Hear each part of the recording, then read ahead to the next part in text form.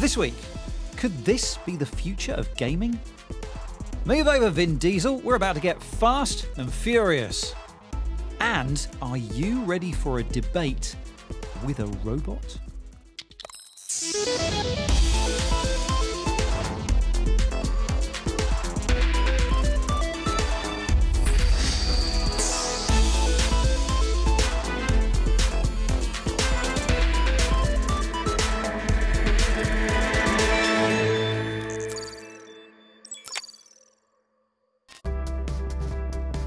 Streaming services have changed the entertainment landscape. They're taking bigger and bigger chunks from the DVD market. They've completely revolutionized the music industry, and they've got terrestrial TV execs quaking in their expensive boots. But what about streaming video games?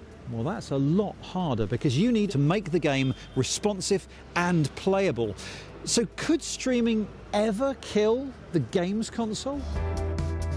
This week, tech giant Google launched Stadia, a brand new games streaming platform. You no longer need an expensive computer or the latest games console to play the best titles. In theory, you only need a good Wi-Fi connection. Or at least, that's the idea. Mark Chislak has been putting Stadia through its paces to see if it lives up to his expectations. Google Stadia does away with one of these, a games console, and replaces it with one of these, a Chromecast Ultra. If you want to play a game on a TV, that is, Stadia also allows you to play on a tablet, computer, or phone. In theory, it's capable of producing 4K visuals. It plugs into the back of a TV and then connects to a router. This then makes the connection with a data center. This controller communicates with the router via Wi-Fi and allows me to actually play a game. Streaming a game is more difficult than streaming video because with video you have data traveling in one direction, from the server to the viewer. With a game, data travels both ways. The inputs I'm making to control the game travel to the server, and the graphics displaying the effect of my input has to come back to me. This is where a potential problem could occur due to a thing called lag. If the inputs don't match up to the graphics, then the game becomes impossible to play. Google claims its data centers use special tech which helps avoid this, as well as recommending that users are capable of receiving particular internet speeds. So the minimum spec required for Stadia to actually work is an internet connection of 10 megabits per second download and 1 megabits per second upload speeds. So I have everything connected via Wi-Fi, and are we ready now to consign our consoles to the bin? Initially, no. Because as you can see, performance is, well, it's a little bit juddery, a little bit laggy, and nowhere near as smooth as you would expect from a console. And there we have your game may stop because your connection isn't stable. I'm inside a BBC building using a router which should be more than capable as far as this is concerned. So what is Stadia like out in the real world? So we take a quick trip across town to check. I've come to a flat in North London and we've got Stadia set up here. We've got quite a good internet connection here. It's about 20 megs, which is well inside the specification that should work with this device. Now it's a little bit of a faff to get it all set up because each one of the things here, the controller, the phone and the Chromecast Ultra that's plugged into the back of that screen, has to connect to the Wi-Fi individually. It's quite impressive because it's smooth, it works, we're playing the game, everything's working properly. But after a little bit of time playing, I've encountered quite a few issues with performance. We get graphics sticking, but this is actually working quite well now. It's actually settled down quite a bit. I should point out, I couldn't get Stadia to work on any public Wi-Fi though, the kind of stuff you find in cafes and bars. There are a number of video game streaming services already available, but Stadia is perhaps the most ambitious. So far it has a list of 22 titles at launch and only one exclusive, and while games like Tomb Raider and Destiny 2 are solid titles, they're not exactly brand new games. We have work to do. But perhaps the biggest challenge to Google comes from Microsoft with its game streaming offering, which was on show at a recent Xbox event. Microsoft's response to video game streaming is Project xCloud. I'm playing Halo the Master Chief Collection on a mobile phone over a Wi-Fi connection. The crucial difference, I suppose, between this service and Google Stadia is that this is currently in its testing phase. Microsoft taking a very cautious approach. My view is we're all in the testing phase. We're early in this technology, and we view it will take many years before this technology becomes mainstream. The best place for you to play will be on your local device connected to your TV, and that'll be true for many years. Same thing for a gaming PC. The local compute capability that you have, you're not dealing with internet irregularities, you're dealing with a dedicated device that was meant to go play those games connected to a display device that is probably the best display device in your house. When it does work, it is a minor miracle. Both of them are. And it's amazing when you can just switch devices on the go, jump from your TV to your tablet or to your laptop, you know, that barely runs, you know, Microsoft Word, and then suddenly you're playing Destiny 2 on it. Like, that's amazing when it works, but it is, you know, a little off in the distance before it's sort of universally accepted as the new way to play. There's been a lot of confusion about Stadia's pricing, with lots of people thinking it's a Netflix for games. It's not. Basically, the user pays a subscription to access the service. All of the games must then be purchased in order to play them. It costs $8.99 a month for a Stadia Pro subscription. This allows players to use the service and play games in 4K at 60 frames per second. There are a host of features for Stadia which aren't ready at launch, like sharing clips to YouTube, but on this evidence, video game streaming is surely the future. The problem is, today's technology isn't quite up to the task. That was Mark. Now, last month we spent a whole episode of Click looking just at all-electric cars. And as part of that, we showed you just how quick electric cars can be. This was Lara in a Tesla saloon car outgunning a Lamborghini. But electric ambitions don't stop in supercar territory. No, several manufacturers are working on electric hypercars. This is Tesla's vision. This $250,000 2020 Roadster is due next year.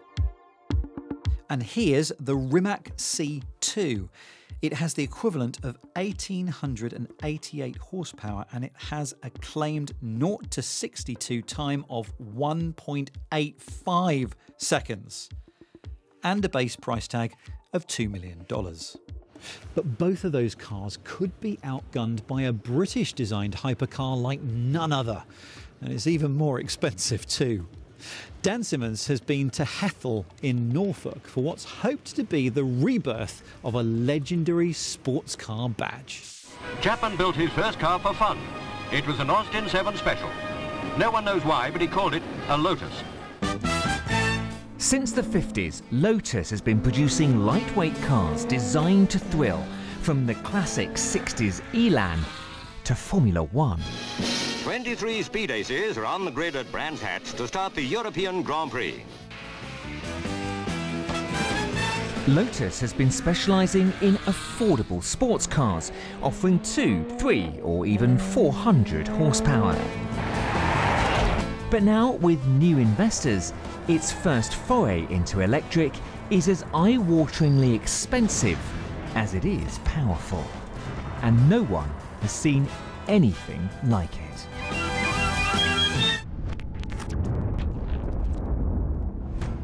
This car is the first all-British electric hypercar. It will be the most powerful production car in existence when it goes into production next year. It's a huge statement of intent, announcing that Lotus is back. So we have 4 500 PS motors to deliver 2,000 PS in total. That's German for 1,973 horsepower. To do that in this packaging, we've had to take existing technology and radically improve upon it. What our engineers and designers have achieved is something that looks beautiful, but have done it as a form through function.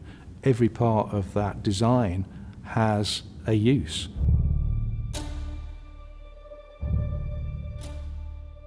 These are the first pictures of the Avaya in action on a test track.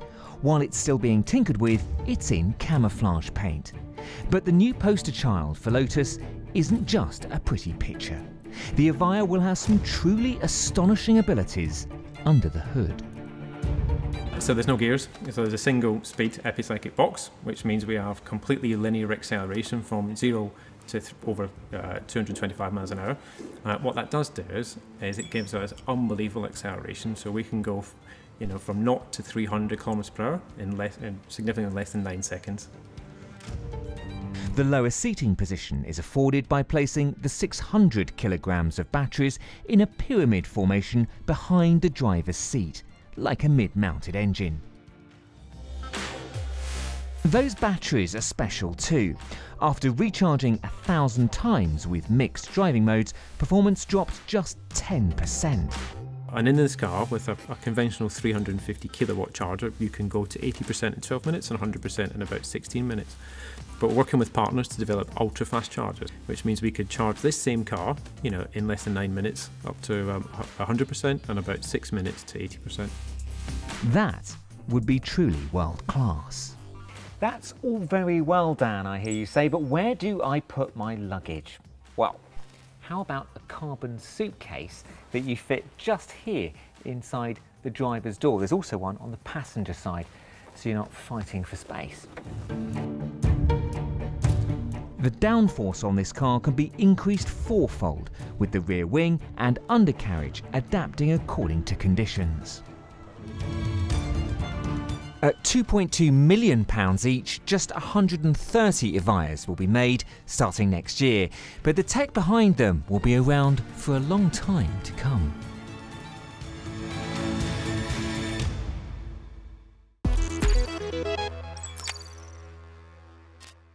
Hello and welcome to the Week in Tech. It was the week Iran enforced a near total internet blackout following protests against rising petrol prices, leaving almost 80 million people without online access. Britain's Conservative Party came under fire for rebranding one of its Twitter accounts as Fact Check UK, a move the social networking site said was misleading. And Heliogen, a Bill Gates-backed startup, claimed a breakthrough in its solar energy technology that could one day cut fossil fuel use. Using computer vision, it was able to concentrate solar energy at temperatures of over 1,832 degrees Fahrenheit. South Korea's LG is testing out 25 of its Chloe robots with Seoul's National University Hospital. LG says the bots will provide video support to young patients ahead of medical procedures. An aquatic rover is being rolled out under the ice in Antarctica.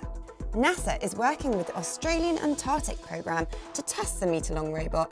It may one day help spot signs of extraterrestrial life on Europa, one of Jupiter's icy moons. And finally, Google has built a room-sized egg to help solve one of the hardest parts of 3D modelling: lighting.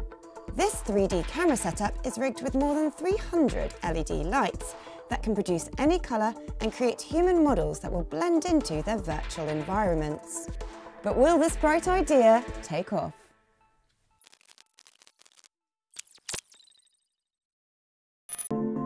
We're hooked on apps that demand our repeated attention.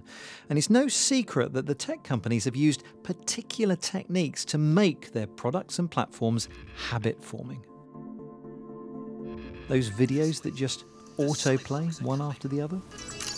Those stats next to your posts hinting at just how popular you are? That notification icon, it's red for a reason, you know. Red is a trigger colour.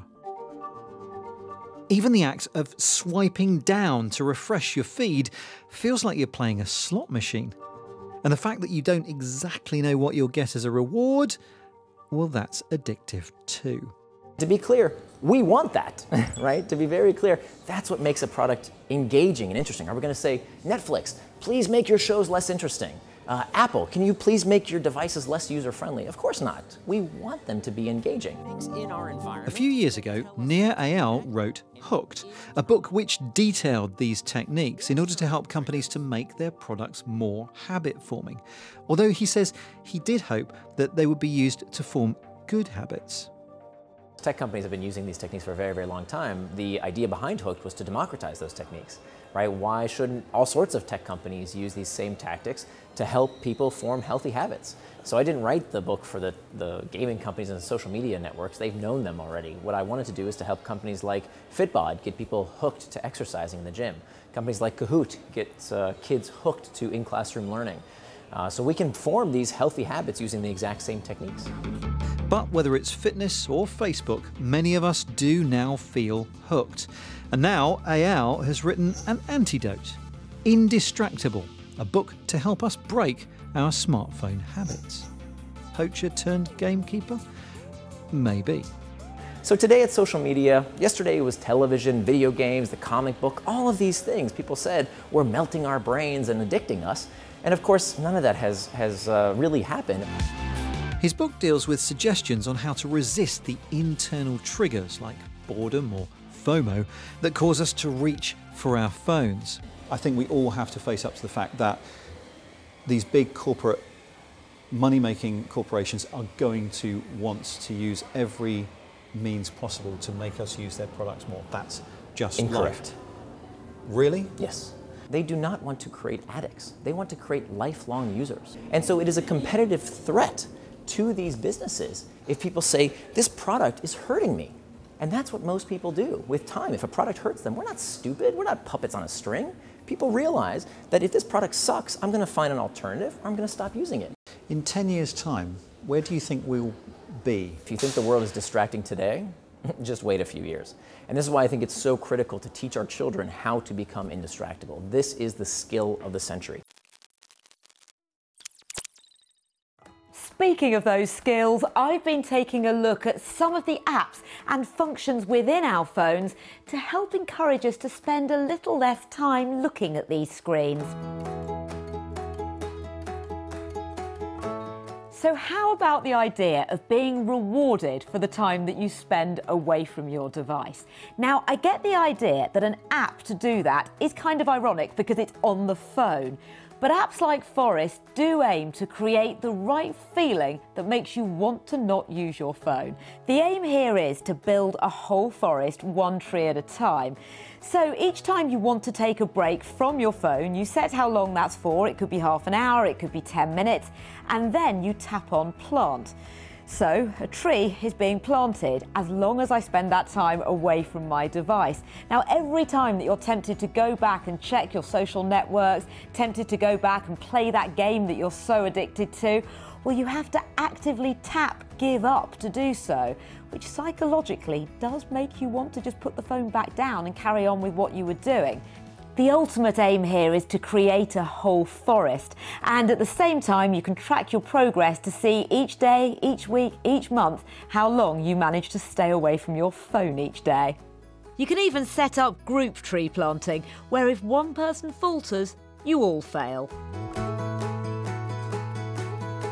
Another way that you can spend less time connected to the internet is actually reducing the amount of time that you can connect to your Wi-Fi.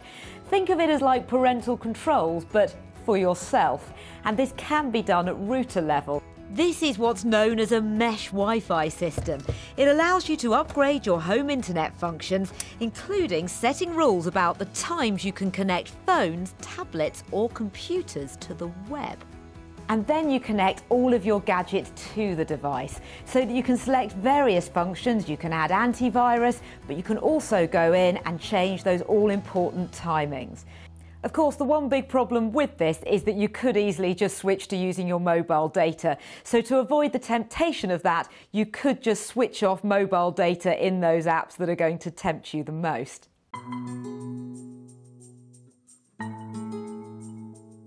But for those moments when fiddling on your phone seems pretty unavoidable or simply irresistible, then another option is to switch it to grayscale, as those apps are going to look a lot less appealing, so you're likely to want to spend less time using them. Creating the iPhone shortcut is easy, and once you have, triple tapping the home button allows you to switch the function on or off.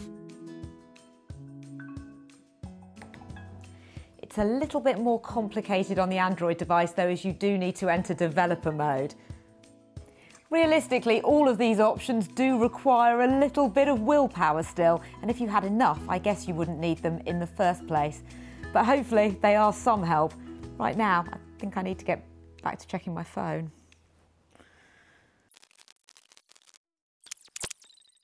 Keep scrolling, Lara.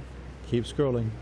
Now, computer scientists around the world are working on ways to make artificial intelligence indistinguishable from humans, with varying degrees of success. But one way this is being tested is in debates between humans and computers. And this week, IBM's AI system was on stage at Cambridge University, and Jen Copestake was in the audience to see the results.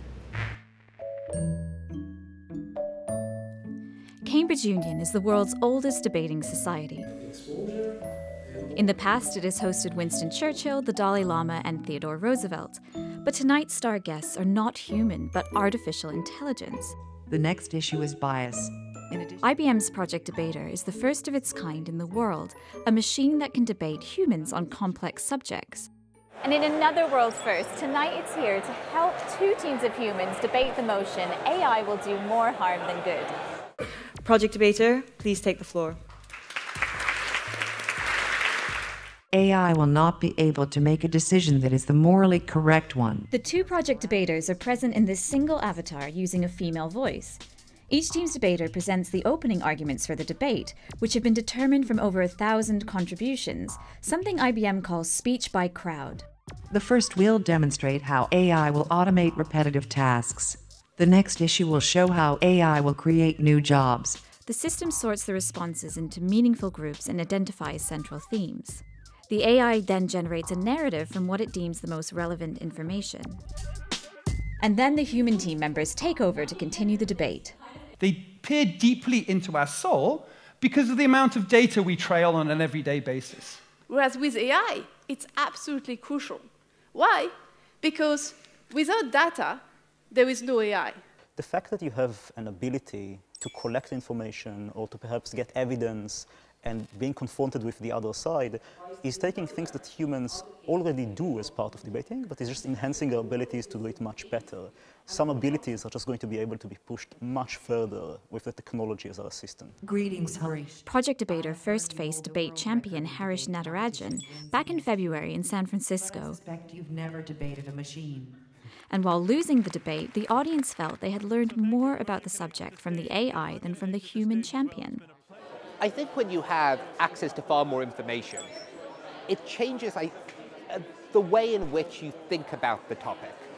And humans augment that by being able to talk about some of the emotional and moral issues where I think, at least at this stage, artificial intelligence is behind. The future is in a synergistic collaboration between the system and humans, and not in replacing humans. So you never think it'll be as sophisticated as developing arguments as a human? I believe that when you actually try to use this technology, you should do that in collaboration with humans. In the end, tonight's AI-assisted debate was a tight-run contest. 51% voted against the motion that AI would do more harm than good, with 48% voting for it and 1% abstaining. So an ever so slightly upbeat view on the future of AI and human interaction here at Cambridge. That was Jen in Cambridge, and that's it for this week. Don't forget that we live on, altogether, YouTube, Facebook, Instagram and Twitter. Yes, correct, at BBC Click. Thank you so much for watching, and we will see you soon.